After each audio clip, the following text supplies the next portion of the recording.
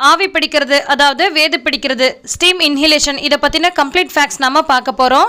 ஆவி பிடிக்கலாமா கூடாதா, கொரோனாவை இது போக்குமா அல்லது கொரோனா வரதுலேருந்து இது பாதுகாக்குமா, யாரெல்லாம் ஆவி பிடிக்கலாம் யாரெல்லாம் ஆவி பிடிக்கக்கூடாது, அப்படியே பிடிக்கிற மாதிரி இருந்தால் எத்தனை நாட்கள் பிடிக்கணும், எவ்வளோ நேரம் பிடிக்கணும் அப்படின்றதெல்லாம் பார்க்க போகிறோம். ரொம்ப முக்கியமாக ஒரே பாத்திரத்தில் எல்லாரும் ஆவி பிடிக்கலாமா, எப்படி தான் ஆவி பிடிக்கணும் அப்படின்ற கம்ப்ளீட் டீட்டெயில்ஸ் நம்ம பார்க்க போகிறோம். அதுக்கு முன்னாடி மூக்கில் இருக்கிற சளி, தொண்டையில் இருக்கிற சளி, நாட்பட்ட சளி, நெஞ்சு சளி, தலைவலி, தலைபாரம் இதெல்லாம் சரி செய்யக்கூடிய ரொம்ப சூப்பரான ஒரு ஆவி பிடிக்கிற மெத்தட் நான் உங்கள் கூட இப்போ ஷேர் பண்ணிக்க போகிறேன். ரொம்ப சிம்பிளான மெத்தட் தான், ஆனால் ரொம்பவே எஃபெக்டிவாக இருக்கும். கண்டிப்பாக ட்ரை பண்ணி பாருங்கள். இதுக்கு தேவையானது 3 பொருட்கள் தான். இப்போ எப்படி செய்கிறதுன்னு பார்க்கலாம். நல்ல அடிகனமான பாத்திரமாக எடுத்து அதில் ஃபுல்லாக தண்ணி நிரப்பி இந்த மாதிரி நல்லா சூடாக விட்டுறலாம். இந்த மாதிரி தண்ணி கொதி வர ஸ்டேஜ் வந்ததுக்கப்புறமா 2 கைப்பிடி அளவுக்கு நொச்சி இலைகள் சேர்த்துக்கலாம். நொச்சி இலைகள் உடம்புக்கு ரொம்ப நல்லது. இது நிறைய மருத்துவ குணம் வாய்ந்ததுங்க. ஜலதோஷம், கபம், காய்ச்சல்னால வரக்கூடிய அந்த உடல் வலியெல்லாம் நீக்கக்கூடியது. சைனஸ் பிரச்சனைக்கு கூட நல்ல ஒரு தீர்வாக இருக்குது. நொச்சி இலைகள் சேர்த்து ஒரு 2 நிமிஷம் போல் இதை நம்ம கொதிக்க விட்டுறலாம். அடுத்து இது கூடவே ஒரு கைப்பிடி அளவுக்கு வேப்ப இலைகள் சேர்த்துருக்கேன். வேப்ப இலை சுவாசம் உடம்புக்கு ரொம்பவே நல்லது, நல்ல ஒரு கிருமி நாசினியாக செயல்படும். அடுத்தது 1/2 டீஸ்பூன் அளவுக்கு மஞ்சள் பொடி சேர்த்துருக்கேன். இதுவுமே நல்ல ஒரு சூப்பரான கிருமி நாசினியாக நமக்கு செயல்படும். இப்போ இது எல்லாத்தையும் சேர்த்துட்டு ஒரு 5 நிமிஷம் போல் நல்லா மிதமான தீயில வச்சு கொதிக்க விட்டுறலாம்.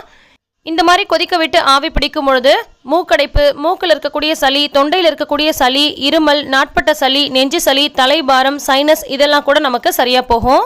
ஆவி பிடிக்கிறதுல இது ஒன் ஆஃப் த பெஸ்ட் மெத்தடுங்க. உடனேவே நல்ல ஒரு ரிலாக்ஸேஷன், நல்ல ஒரு ரிலீஃப் கிடைக்கும். ஆவி பிடிக்கிறதுலே பல வழிகள் இருக்குங்க. வெறுமனே சுடுதண்ணியில் ஆவி பிடிப்பாங்க, அப்படி இல்லைன்னா இந்த மாதிரி இயற்கையான மூலிகை பொருட்கள்லாம் சேர்த்து ஆவி பிடிப்பாங்க, அல்லது செயற்கையான அந்த தைலம் இருக்கு இல்லையா, அந்த மாதிரியான பொருட்கள்லாம் போட்டு ஆவி பிடிப்பாங்க.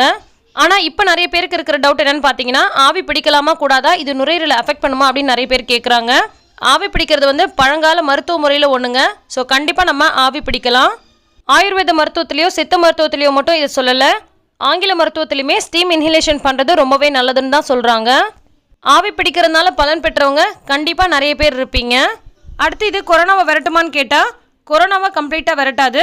ஆனால் கொரோனா தொற்றுனால ஏற்படக்கூடிய பாதிப்புகளை குறைக்கிறதுக்கான வாய்ப்பு இருக்குது. தொற்றுனால ஏற்படக்கூடிய அந்த வீரியத்தை குறைக்கிறதுக்கான வாய்ப்பும் இருக்குது. இது நம்மளை கொரோனா தொற்றுலேருந்து பாதுகாக்குமான்னு கேட்டால் முற்றிலும் பாதுகாக்கும்னு சொல்ல முடியாது. ஆனால் அது வெளியேற்றப்படவோ பாதிப்பு ஏற்படுத்தாமல் இருக்கிறதுக்கோ வாய்ப்பு இருக்குது. சளி, இருமல், காய்ச்சல், தொண்டைவலி, தலைவலி, தலைபாரம், முகம் முழுக்க வலி இருக்கும் இல்லையா, அதெல்லாம் சரி பண்ணுறதுக்கான வாய்ப்பு இருக்குது. யாரெல்லாம் ஆவி பிடிக்கலாம் யாரெல்லாம் ஆவி பிடிக்கக்கூடாது அப்படின்றதுல நிறைய பேருக்கு டவுட் இருக்குது. நார்மலாக இருக்கக்கூடிய குழந்தைங்கள்லேருந்து பெரியவங்க வரைக்கும் எல்லாருமே ஆவி பிடிக்கலாங்க.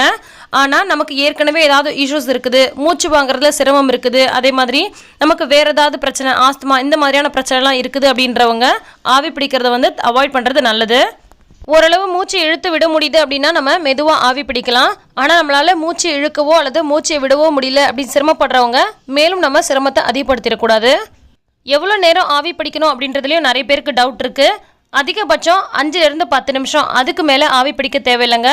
அதே மாதிரி எத்தனை நாட்கள் பிடிக்கணும், எவ்வளோ நேரம் பிடிக்கணும்னா ஒரு நாளைக்கு 1 முறை அல்லது 2 முறை பிடிச்சாலே போதும். ஒரு நாளைக்கு 3 முறை 4 முறைலாம் பிடிக்கக்கூடாது. அதே மாதிரியே உங்களுக்கு ஏதாவது தொந்தரவு இருக்குதுன்னா மட்டும் ஆவி பிடிச்சா போதும். அந்த தொந்தரவு சரியாக போகிற வரைக்கும் நீங்கள் டெய்லியுமே பிடிக்கலாம்.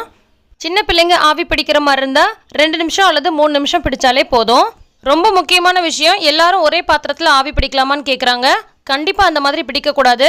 ஒருத்தவங்களுக்கு நோய் தொற்று இருந்து ஒருத்தவங்க ஆவி பிடிக்கிறாங்கன்னா அவங்களுடைய நோய் தொற்று அதில் பட்டு இன்னொருத்தவங்க நல்லா இருக்கக்கூடிய இன்னொருத்தவங்களுக்கு பரவுறதுக்கான வாய்ப்பு நிறைய இருக்குது. ஸோ இந்த மாதிரி ஆவி பிடிக்கும் பொழுது ஒவ்வொருத்தவங்களும் தனித்தனி பாத்திரத்தில் தான் ஆவி பிடிக்கணும். இதுவே ஒரே பாத்திரத்தில் எல்லாரும் பிடிக்கணும் அப்படின்ற மாதிரி இருந்தால் குக்கரில் நான் ஏற்கனவே போட்டிருப்பேன், அந்த மாதிரி மெத்தடில் கூட ஆவி பிடிக்கலாம். குக்கரில் வச்சு ஆவி பிடிக்கும் பொழுது இந்த மாதிரி பிளாஸ்டிக் பைப்புக்கு பதிலாக நீங்கள் இரும்பு அல்லது சில்வர் பைப் பயன்படுத்திக்கலாம். ஸோ ஆவி பிடிக்கும் பொழுது இந்த மாதிரி சட்டியில் தண்ணி வச்சு கொதிக்க வச்சு ஓப்பனில் வச்சும் ஆவி பிடிக்கலாம், அல்லது இந்த சூடு வெளியில் போகாத மாதிரி போர்வை போத்திட்டும் ஆவி பிடிக்கலாம். அப்படி இல்லைன்னா குக்கரில் வச்சும் ஆவி பிடிக்கலாம். ஆவி பிடிக்கிறதுக்குனே ஒரு சில ப்ராடக்ட்டும் விற்கிது, அது கூட வச்சு நீங்கள் ஆவி பிடிக்கலாம். கண்டிப்பாக இந்த வீடியோ உங்களுக்கு ரொம்பவே யூஸ்ஃபுல்லாக இருக்கும்னு நினைக்கிறேன். பிடிச்சிருந்தா கண்டிப்பாக லைக் பண்ணிவிட்டு மற்றவங்களுக்கும் ஷேர் பண்ணுங்கள். எல்லா புகழும் இறைவனுக்கே. நன்றி.